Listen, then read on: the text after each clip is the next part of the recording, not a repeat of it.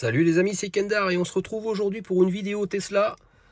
Des petites nouvelles car à l'approche de Noël, à quelques jours de Noël, il y a eu la mise à jour 2024-44-25-2. C'est la mise à jour de Noël, on va appeler ça comme ça, avec pas mal de nouveautés, notamment on peut maintenant avec son Apple Watch contrôler un peu sa voiture, enfin c'est juste ouvrir ou fermer.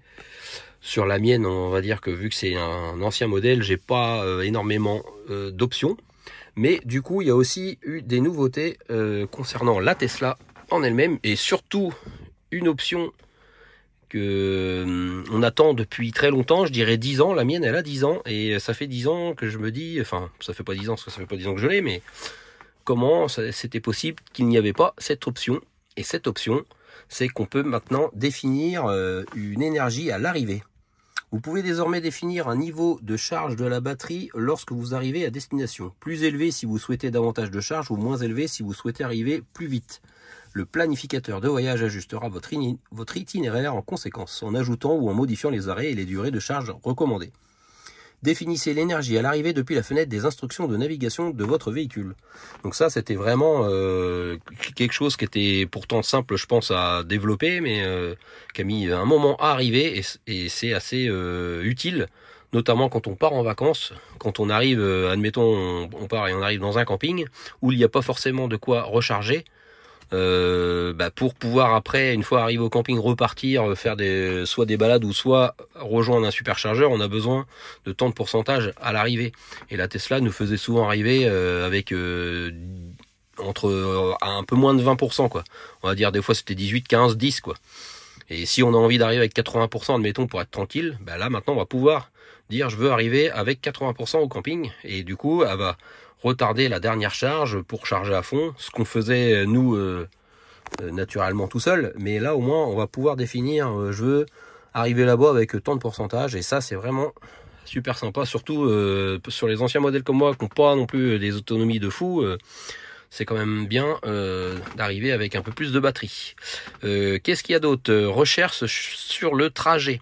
En mode de navigation, lorsque vous recherchez un emplacement comme un café, un fast-food ou toute autre étape, les résultats sont maintenant filtrés pour s'afficher sur votre itinéraire. Chaque résultat de recherche inclut également une estimation du temps pour le détour. Je sais pas, j'ai pas spécialement compris ce que ça voulait dire. Lorsque vous recherchez un emplacement, les résultats sont filtrés pour s'afficher sur votre itinéraire. Ok, donc apparemment, ouais, si pendant l'itinéraire, si on dit qu'on veut un café, ça nous les marque, et après on peut cliquer dessus pour aller dessus. Je pense que c'est ça. TuneIn, c'est découvrir la nouvelle version de TuneIn pour Tesla, toujours entièrement gratuite et sans aucun paramétrage nécessaire. Profitez dès maintenant de 100 000 stations de radio à thème, avec de la musique, des infos, des talk shows et tout ça. Enfin bref, des podcasts, des livres audio. Et TuneIn propose désormais une interface personnalisée et réorganisée en fonction du profil conducteur, de la prise en charge améliorée des contenus sportifs et des podcasts, ainsi que des profils de stations enrichis. Donc ça c'est assez cool, hein. C'est notamment ce qui permet de regarder la radio, parce que moi j'ai le MCU2, j'ai pas pris l'option radio FM, et du coup j'écoute la radio grâce à ça, et ça marche super bien, la qualité elle est au top, c'est mieux que la radio FM. Maintenant on a aussi des mises à jour cinéma et vidéo. Utilisez la carte multimédia pour lire ou mettre en pause tout contenu vidéo en cours de lecture depuis le navigateur internet ou Tesla Cinéma. Et lancer une vidéo dans le navigateur internet avant de conduire pour profiter en audio sur la route. Ça c'est cool, c'est-à-dire qu'on peut écouter une vidéo sans voir l'image, mais on peut au moins écouter. Et il y a des fois des vidéos, il n'y a pas besoin forcément d'avoir l'image, en fait, juste le son. Donc ça c'est assez cool. Ça c'est vraiment bien. Récapitulatif des entretiens. Cette fonction propose un récapitulatif des dernières opérations les plus fréquentes, ainsi que les recommandations de date pour leur prochaine échéance. Ok, il faut aller dans contrôle, entretien. Bon, on va aller voir ça, voir sur la mienne ce qu'ils disent. Ah, il commence à faire sombre, et bientôt 17 h. Ça y est, ça s'est mis en mode sombre. Et après, il y a eu des mises à jour mineures. Appuyez sur stationnement à proximité sur les pages des points d'intérêt pour obtenir leur direction et démarrer votre trajet en toute aisance. Ça, c'est pas mal, on peut avoir des stationnements à proximité. Le volume sera automatiquement réduit en marche arrière pour vous aider à vous concentrer sur la manœuvre de stationnement.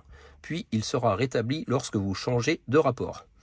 Allez sur contrôle, sécurité, baissez le volume en marche arrière. Ok. Et oh là là, des corrections mineures ont été appliquées, de même que certaines améliorations relatives aux performances. Bon, bah, on verra si j'ai des meilleures performances. Bon, je pense pas quand même. Et avant, qu'est-ce qu'on avait eu? Vous pouvez désormais appairer de nouvelles clés sans vous rendre dans la visite d'entretien. Ok, appairage de clés, ok.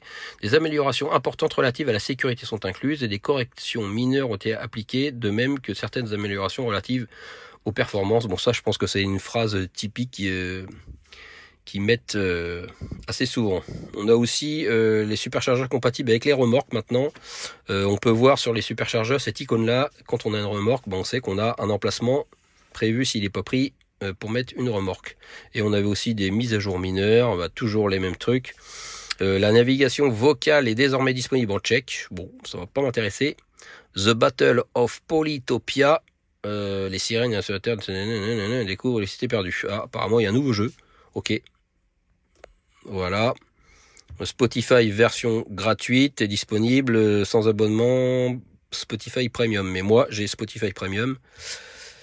Grâce à la connexion Premium gratuite et illimitée sur ma voiture, j'ai toujours Spotify Premium. Ça, c'est vraiment le petit plus par rapport aux Tesla récentes, qui elles sont passées maintenant désormais au Spotify gratuit avec de la pub. Moi, j'ai toujours pas de pub, ça c'est cool. Et du coup, oui, récapitulatif des entretiens, on va aller voir tout de suite. Non, c'est pas dans navigation, c'est ici, voilà. Ah oui, on voit, il y a des petites pastilles bleues comme sur les téléphones pour dire qu'il y a quelque chose. Alors on va aller dans sécurité, voir qu'est-ce que j'ai de plus. Nouveau, diminution du volume en marche arrière. Ah ouais, on n'est pas obligé de le mettre. Ok.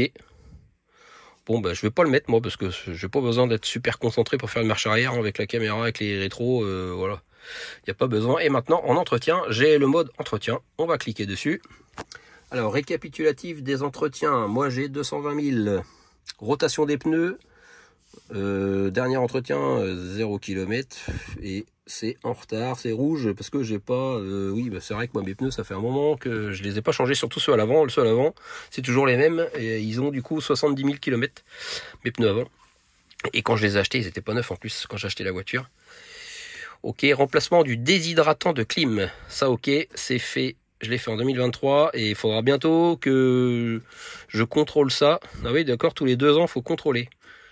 Et quand on clique dessus, ça fait quoi? Remplacer le déshydratant de la climatisation. Remplacer le déshydratant de la climatisation pour optimiser les performances de la climatisation et éviter l'accumulation d'humidité. Ok, c'est tous les 2 ans. Bon, d'accord. Vous êtes sur le point de créer un enregistrement dans l'historique d'entretien du véhicule qui mettra à jour la prochaine date d'entretien. Non, on fera ça quand je pourrai. Changement du filtre de l'habitat qu'il n'y a pas, mais j'ai déjà fait moi-même. C'est très très simple. Contrôle du parallélisme, ça je l'ai fait quand j'ai fait changer mes pneus arrière. Nettoyage de la zone de caméra, j'en ai pas besoin, j'ai pas de caméra. Remplacement déballé d'essuie-glace, bon ça je l'ai fait, ok quoi. Et là maintenant on a aussi l'onglet demander un entretien, ça c'est pas mal. On n'est peut-être pas obligé de faire ça avec l'application. Bon voilà, en tout cas, c'est le truc vraiment pas mal, les navigations, d'avoir le pourcentage à l'arrivée. Ça, c'est vraiment le truc, je trouve, de base qui manquait, qui était un peu essentiel quand on part en voyage. Bon, voilà, c'était la petite mise à jour de Noël de la Tesla. Quand il y aura vraiment des grosses mises à jour sur la mienne, voilà, je ferai peut-être une autre vidéo, parce que là, ça faisait un moment que j'en avais pas fait, mais il n'y avait pas spécialement de nouveautés terrible quoi, et là c'est un petit plus, c'est pas mal. Bon voilà, merci de m'avoir suivi les amis, et on se retrouve très vite pour d'autres vidéos, pas forcément de Tesla, mais peut-être de Tesla, on verra. Allez, merci de m'avoir suivi, salut